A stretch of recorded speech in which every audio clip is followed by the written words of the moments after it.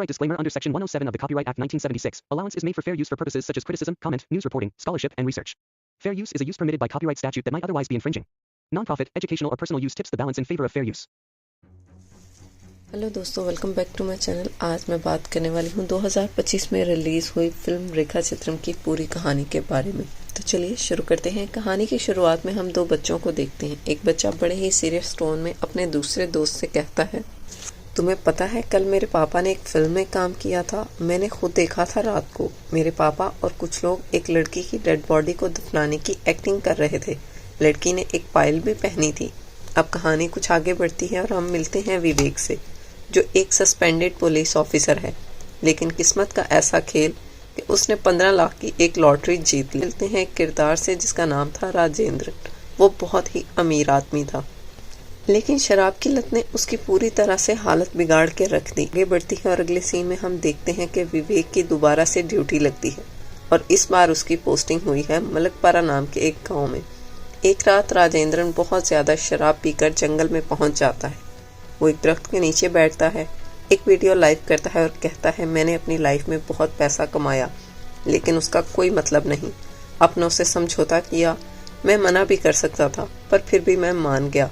फिर वो आगे कहता है, 1985 में एलिस, विंसन और फ्रांसिस, हम चारों ने एक लड़की की लाश दफनाई थी। हमने उसे मार दिया था। वो बामुश्किल ही 18 साल की होगी। कहाँ से आई थी वो कोई भी नहीं जानता। उसी पेड़ के नीचे जिसके नीचे वो लड़की दफन है। ये कहकर राजेंद्रन खुद को गोली मार लेता है। अब उस जगह पुलिस पहुंचती है और केस शुरू हो जाता है।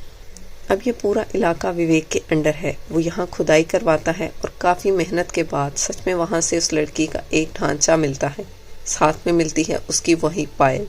ये खबर मीडिया में आग की तरह फैल जाती है। विवेक की मेहनत देखकर उसे इस केस की इन्वेस्टिगेशन टीम में शामिल कर लिया जाता है। यहाँ शुरू होती है असल कहानी। विवेक राजेंद्रन की फैमिली के बारे में इन्वेस्टिगेट करता है तो उसे पता चलता है कि उसकी वाइफ अलग रहती है, लेकिन उसका कोई भी पता नहीं कि वो कहाँ है। फिर वो गांव के हर उस शख्स से मिलता है जिसका नाम फ्रांसिस था, लेकिन उसके बारे में कोई भी इंफॉर्मेशन नहीं मिलती। 1985 की मिसिंग रिपोर्ट निकाल कर उनकी छानबीन शुरू करता है। हर मिसिंग लड़की की फैमिली वालों को पायल दिखाता है, लेकिन कोई भी इस पायल को पहचान नहीं पाता। फ्रांसिस के घर का एड्रेस मिल जाता है। विवेक उसके बेटे से मिलता है। उसका बेटा बताता है कि उसके पापा हॉस्पिटल में एडमिट हैं। एक सीन में एक ऑफिसर सवाल उठाता है कि सर, एक लड़की चोरी के केस में भाग गई थी, क्या वो भी मिसिंग केस हो सकता है? विवेक कहता है, नहीं, ऐसा नहीं हो सकता। लेकिन तभी एक आदमी पायल देखकर कहता है ये उसकी बेटी की है। अब डीएनए टेस्ट के लिए सैंपल भेजा जाता है। यहाँ विवेक को विंस्टन के एक रिश्तेदार का पता चलता है। जब वो उसे मिलने उनके घर जाता है तो वो कहती हैं वो बहुत अच्छे इंसान हैं। तभी वो मुंबई चले गए थे, वो वहाँ ही रह गए हमेशा के लिए। फिर विवेक विंस्टन से पूछताछ करता है। विवेक पूछता है, आप मलकपारा में फादर के साथ रहते थे? विंस्टन कहता है, हाँ, उन्होंने मेरी पढ़ाई का खर्च उठाया था, मैं उनका ख्याल रखता था। जिस आदमी ने अपनी बेटी की पायल देखकर उसका बाप होने का दावा किया था, उसका डीएनए मैच नहीं होता। जब उसे फोन किया जाता है तो पता चलता है कि वो अब इस दुनिया में नहीं रहा। तभी विवेक को याद आता है चोरी के केस वाली फाइल, जिसे उसने नज़रअंदाज कर दिया था। अब वो इसी केस की इन्वेस्टिगेशन शुरू करता है। काफ़ी मेहनत के बाद उसे एक फाइल मिलती है। शिकायत करने वाले का नाम था चंद्रबन। विवेक उसके पास पहुंचता है तो चंद्रबन बताता है कि मैं उस टाइम फिल्मों की कंपनी में काम करता था। मेरा काम था जूनियर आर्टिस्ट लाना।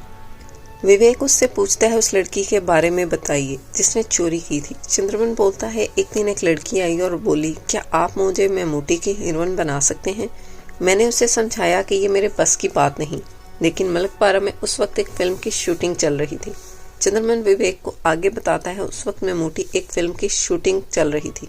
मुझे ऑर्डर मिला कि कुछ खूबसूरत लड़कियां चाहिए जो गाने में ममूटी सर के पीछे खड़ी रह सकें। मैं शूट पर लड़कियां ले गया और उन्हें में एक थी रेखा। वो बहुत ही खुश थी। चंद्रबन बोलता है, लेकिन एक दिन शूट के बाद रेखा अचानक भाग गई। आधा गाना ही शूट हुआ था और मुझे बहुत गालियां सुननी पड़ी। मैंने गुस्से में आकर उसके खिलाफ कंप्लेन कर दी, लेकिन जो हिस्सा शूट हुआ था उसमें रेखा नजर आती है। विवेक वो गाना देखता है और उसे रेखा की एक झलक नजर आती है। अब कहानी फ्लैशबैक में चली जाती है। हम देखते हैं रेखा को जो बहुत एक्साइटेड है। विवेक अपने सीनियर ऑफिसर को बताता है, सर मरने से कुछ दिन पहले राजेंद्रन को एक नंबर से लगातार कॉल्स आ रही थी। नंबर बाद में स्विच ऑफ है, लेकिन डिटेल निकालने पर पता चला कि पिछले 1 साल से उस नंबर से सिर्फ राजेंद्रन को ही कॉल किए गए थे। वो विवेक एक और जूनियर आर्टिस्ट से मिलता है। वो उसे बताती है रेखा उस बस में नहीं थी जिसे हमें वापस भेजा गया था। अब दूसरी तरफ विंस्टन का वकील उसे रेखा का स्केच दिखाता है और कहता है कि इस लड़की की इन्वेस्टिगेशन चल रही है। अब हम देखते हैं विवेक प्रोडक्शन टीम के एक और बंदे से मिलता है जो उसे बताता है कि इस फिल्म के डायरेक्टर जॉन पॉल थे। अब विवेक और उसकी टीम जॉन पॉल के सारे पुराने इंटरव्यूज खंगालती है।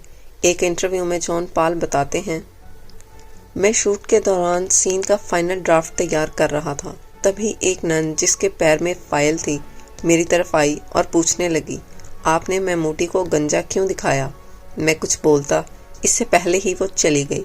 विवेक को ये सुनकर शक हुआ कि ये ढांचा कहीं उसी रेखा का तो नहीं, क्योंकि ढांचे के पास पायल मिली थी और रेखा ने भी पायल पहन रखी थी। विवेक एसोसिएट डायरेक्टर से मिलता है। वो बस उसे इतना ही बताता है कि हाँ, रेखा सेट पर थी और वो बेहद सुंदर थी, शायद बड़ी एक्टर बन सकती थी, लेकिन अचानक ही वो गायब हो गई। अब कहानी में यहाँ एक ट्विस्ट आता है और हम देखते हैं विंसेंट अपने लोगों को ऑर्डर देता है कि जो भी गवाह हैं, जो भी सबूत हैं, सबको ख़त्म कर दो। वो लोग चंद्रबन को मार देते हैं। विवेक को पुलिस की ड्यूटी से हटाकर ट्रैफिक ड्यूटी में डाल दिया जाता है और केस चला जाता है क्राइम ब्रांच के पास, ऐसे ऑफिसर के पास जो पूरी तरह से निकम्मा था। वो विंसेंट का आदमी बन जाता है। उसने तमाम सबूत मिटाने शुरू कर दिए, यहाँ तक कि रेखा का ढांचा भी गायब करवा दिया। लेकिन विवेक पीछे हटने वाला नहीं था। उसके अंदर एक जिद बैठ गई थी कि ये केस हल करके ही छोड़ेगा। उसे एसोसिएट डायरेक्टर कमल से एक और लीड मिलती है। कमल विवेक को बताता है उस टाइम पल्लासरी नाम का एक रिपोर्टर था। अब वो एक यूट्यूब चैनल चलाता है। वो शूट के वक्त वहाँ मौजूद था, उससे मिल लो, शायद कुछ पता चल जाए। विवेक पल्लासरी से मिलने जाता है। वो बताता है, मैं मूर्ति का इंटरव्यू लेने गया था, मेरे फोटोग्राफर ने एक फ़ोटो भी खींची। मैंने वो फ़ोटो एक मैगजीन में भी छापी।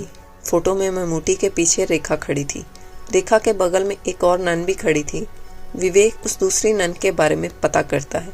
इन्वेस्टिगेशन करने पर पता चलता है कि वो असली नन थी, कोई जूनियर आर्टिस्ट नहीं थी। विवेक उस नन को ढूंढ निकालता है। अब वो मदर बन चुकी हैं। मदर बताती हैं वो लड़की मुल्क पारा में फिल्म में काम करने आई थी। अब कहानी यहाँ से फिर से फ्लैशबैक में जाती है। रेखा भी दौड़ती है और इस भागम भाग में उसकी ड्रेस फट गई थी। रेखा ड्रेस सिलवाने सेट पर मौजूद टेलर के पास जाती है, लेकिन टेलर बिजी था और ड्रेस सिलने से मना कर देता है। तभी रेखा की नज़र जाती है सिस्टर पर, जो कपड़े फैला रही थी। रेखा उनके पास जाकर कहती है, सिस्टर क्या आप मुझे एक ड्रेस दे सकती हैं? सिस्टर मुस्कुराते हुए कहती हैं, हाँ ड्रेस तो दे दूंगी, लेकिन एक शर्त पर, अगर तुम मुझे मैमूटी से मिलवाओगी तब। रेखा असल में खुद एक जूनियर आर्टिस्ट थी, लेकिन जब उसकी ड्रेस फट गई और उसे नई ड्रेस चाहिए थी तो वो सिस्टर से झूठ कह देती है कि हाँ मैं तुम्हें मैमूटी से मिलवा दूंगी। बातों बातों में रेखा सिस्टर को ये बताती है कि मैं बहुत बड़ी हीरोइन बनना चाहती हूँ, मैमूटी के साथ काम करना चाहती हूँ, मैं तो उन्हें लेटर्स भी भेजती हूँ। थोड़ी देर में रेखा खुद सच बता देती है। उस वक्त पल्लासरी, वही रिपोर्टर, वहाँ इंटरव्यू लेने आया हुआ था। आसपास भारी भरकम भीड़ थी। सिस्टर और रेखा दोनों भीड़ में जाकर खड़ी हो जाती हैं। जब मैमूटी वहाँ से गुजरते हैं, फोटोग्राफर उनकी फ़ोटो क्लिक करता है। इसी फ़ोटो में रेखा और सिस्टर भी कैद हो जाती हैं। अब कहानी फिर से प्रेजेंट में आती है। मदर, जो वही सिस्टर थी, विवेक को बताती हैं कि लंच के बाद मैं अपने कॉन्वेंट वापस आ गई। आहिस्ता आहिस्ता मेरी रेखा से अच्छी दोस्ती हो गई, लेकिन उसने कभी अपनी फैमिली के बारे में कुछ नहीं बताया। एक दिन गाने की शूटिंग चल रही थी, तभी बहुत ज़ोरदार बारिश होने लगी और शूट रोकना पड़ा। सिस्टर रेखा को अपने कॉन्वेंट ले आई, वहाँ सबसे मिलवाया, सबने एक साथ खाना खाया। रेखा और सिस्टर में काफ़ी बातें हुई और फिर रेखा सोने के लिए चली गई। अगली सुबह एक बड़ा झटका लगा। पता चलता है कि कॉन्वेंट से डोनेशन का सारा पैसा और सोने की मूर्तियाँ चोरी हो गई थीं। रेखा भी गायब हो चुकी थी। सबने ये मान लिया था कि रेखा ही चोरी करके भागी है। सारा इल्ज़ाम सिस्टर पर आ गया, क्योंकि वही रेखा को लाई थी विवेक पूछता है कि आपने पुलिस कंप्लेंट क्यों नहीं की। मदर बताती हैं कि अगर ये बात फैल जाती तो कॉन्वेंट से डोनेशन के सारे पैसे चोरी हो गए हैं, तो इन फ्यूचर हमें कोई भी डोनेशन नहीं देता, इसलिए हमने शिकायत नहीं की। सीन में हम देखते हैं कि विवेक को संजीवन की लोकेशन मिल जाती है। वो उसे और उसके साथी मीनू को पकड़ लेता है। दोनों की बहुत पिटाई करता है। संजीवन वो एक्टिंग कर रहे थे। बाद में बीनू ने पूरी फिल्म देखी, लेकिन उसमें ऐसा कोई सीन था ही नहीं। लेकिन ऐसा कैसे हो सकता है? तभी वो समझ गया कि सच में कुछ गलत हुआ है। वो सब शराबी किस्म के थे। उन्हें शराब पिलाकर संजीव ने सारा सच उगलवा लिया। संजीव की लाश को ठिकाने लगाने में कौन कौन शामिल था? बीनू बताता है उस रात एक लड़की का मर्डर हुआ था और लाश ठिकाने के लिए मेरे बाबा को पैसे दिए गए थे। राजेंद्रन, उनकी बीवी, विंसेंट और विकास, ये चारों लोग इसमें शामिल थे। लेकिन जब बीनू ने राजेंद्रन की मौत का वीडियो देखा तो वो समझ गया कि इसमें उसके बाबा का नाम तो है ही नहीं।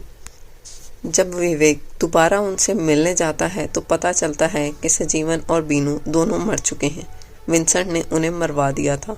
विवेक जहाँ जहाँ जाता है, विंसेंट वहाँ वहाँ से सारे सबूत मिटाता जाता है।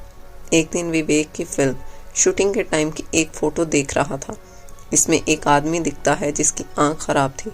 तभी उसे याद आता है फ्रांसिस की तलाश तो उस आदमी की थी। उस लड़के के पास जाता है जिसका बाप इलाज करवा रहा था और उसकी आंख खराब थी। वही फ्रांसिस था। फ्रांसिस पहले तो कुछ बोलने को तैयार नहीं होता।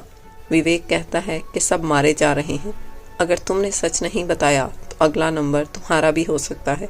फ्रांसिस मान जाता है और विवेक को सच बताता है, हाँ, हमने उसे दफनाया था। अब कहानी फिर से फ्लैशबैक में जाती है। कॉन्वेंट में एक नौरानी थी, पुष्पम, और एक लड़का था, विकास। कॉन्वेंट की देखभाल करता था। धीरे धीरे पुष्पम और विकास के बीच दोस्ती शुरू हो गई। एक दिन फादर ने विकास को डोनेशन के पैसे लॉकर में रखने के लिए दिए। विकास ने पैसे चुरा लिए। उसे चोरी करते हुए पुष्पम ने देख लिया। विकास ने उसे हिस्सा दिया और वो मान भी गई। अब ये दोनों कॉन्वेंट से अनाज और सामान चोरी करके बेचने लगे। एक दिन बीवी जो वहीं रहती थी वो भी उनकी पार्टनर बन गई। पुष्पम की नज़र अब लॉकर पर थी। उसने चालाकी से विकास की मदद से लॉकर की डुप्लीकेट चाबी बनवा ली। बस अब उन्हें इंतज़ार था एक परफेक्ट मौके का। फ्रांसिस विवेक को बताता है कि एक दिन उसने देखा कि मदर और सिस्टर कॉन्वेंट की गाड़ी में किसी रिलीजियस एक्टिविटी में जा रहे थे। रास्ते में सिस्टर ने कहा, मैंने देखा कि मैं कॉन्वेंट लेकर आऊँगी रेखा को। ये बात पुष्पम ने सुन ली थी। उसका दिमाग तेज़ी से प्लान बनाने लगा। फ्रांसिस ने कई बार बेबी और विकास को साथ में आते जाते देखा और वो समझ गया कि ये तीनों कोई बड़ा गेम खेल रहे हैं। जब रेखा कॉन्वेंट पहुंची, पुष्पम ने उसके खाने में नींद की गोलियां मिला दी। लेकिन एक मसला हो गया। जिस सब्जी में दवा मिली थी, रेखा ने वो खाई ही नहीं। रात को जब सब सो गए, पुष्पम चुपके से रेखा के कमरे में गई और गला दबाकर उसकी जान ले ली। वो उसे मारना नहीं चाहती थी, लेकिन रेखा उस पर चोरी का इल्ज़ाम लगाने वाली थी। लेकिन जब उसका प्लान फेल हो गया तो उसने रेखा को मार डाला। फ्रांसिस को पहले से ही उन पर शक था। राजेंद्रन के साथ बेबी ने उन्हें पैसे का लालच दिया और कहा, लाश ठिकाने लगाने में मदद करो। राजेंद्रन पहले तो मना करता रहा, लेकिन जब उसे धमकी दी कि अगर तुमने हमारा साथ नहीं दिया तो सारा इल्ज़ाम तुम पर आएगा। जब ये लोग रेखा को दफना रहे थे, तभी रेखा के पैर हिल रहे थे। रेखा अभी तक जिंदा थी, मगर इन जालिमों ने उसे जिंदा ही दफना दिया। वो रेखा ही है जिसे हमने दफनाया था। अब कहानी कुछ आगे बढ़ती है और हम देखते हैं हॉस्पिटल का एक सीन। एलिस हॉस्पिटल में एडमिट है। किसी ने उसे एक बुके भेजा था। बुके के साथ एक नोट था, जल्दी ठीक हो जाओ पुष्पम। ये पढ़ते ही एलिस यानी पुष्पम के सांस तेज हो जाती है। ये बुके भेजा था विवेक ने। ये एक साइलेंट मैसेज था कि अब उसे सब कुछ पता है। सच सामने था। चोरी का प्लान, मर्डर और सारी साजिश पुष्पम ने ही रचाई थी। बाद में उन दोनों ने अपनी पहचान बदल ली। विकास बन गया विंसेंट और पुष्पम बन गई एलिस। इन चुराए गए पैसों से विंसेंट ने बिजनेस शुरू किया और जल्द ही मुल्क के टॉप अमीरों में शामिल हो गया। ज्वेलरी का बिजनेस करने का आइडिया भी पुष्पम का ही था। सारा सच अब खुल चुका था, लेकिन एक सवाल अब भी बाकी था। पुष्पम अब घबरा गई।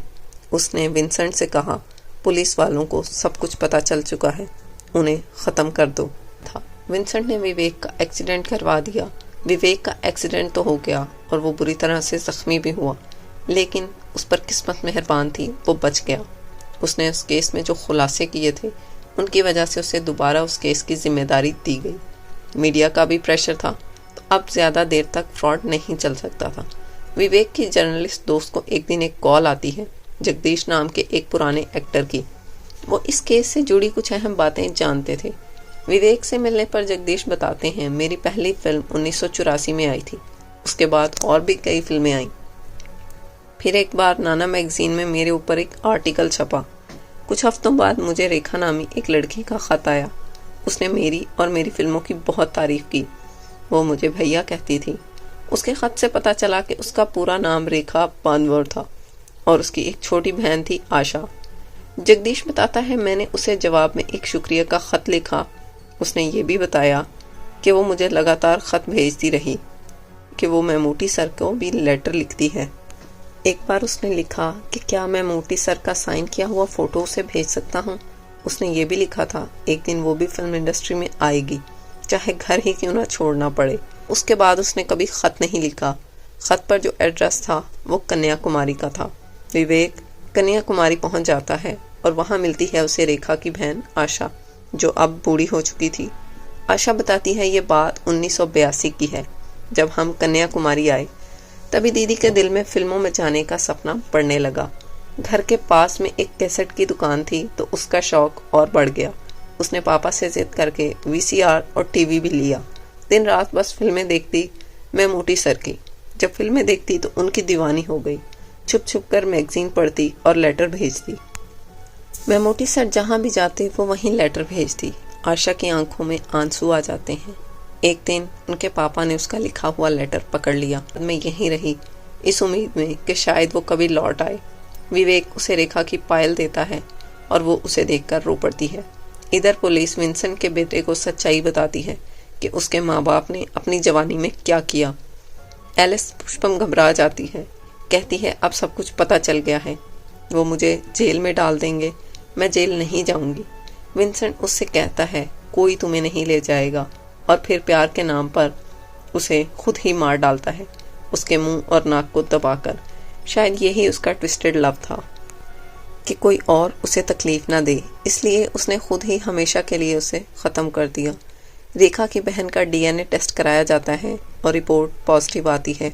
रेखा और आशा सच में बहनें थीं। विवेक पुलिस टीम के साथ विंसेंट के घर पहुंचता है और उसे गिरफ्तार कर लिया जाता है। फिर हम देखते हैं कि विवेक ने जो पैसा लॉटरी में जीता था वो रेखा की बहन आयशा को दे देता है। उस वक्त उसके बाद जगदीश का फ़ोन आता है, कोई तुमसे मिलना चाहता है। क्राइम ब्रांच वालों ने रेखा का कंकाल फॉरेंसिक जांच के लिए भेजा था, लेकिन फॉरेंसिक डॉक्टर ने उसके कंकाल का एक हिस्सा अपने पास छुपा लिया। पूरे क्रिश्चियन ट्रेडिशन के साथ फिर से रेखा का फ्यूनरल किया जाता है। वहाँ उसे जानने वाले सभी लोग थे। फ्यूनरल के बाद विवेक आशा को बताता है और उसे एक लिफाफा देता है।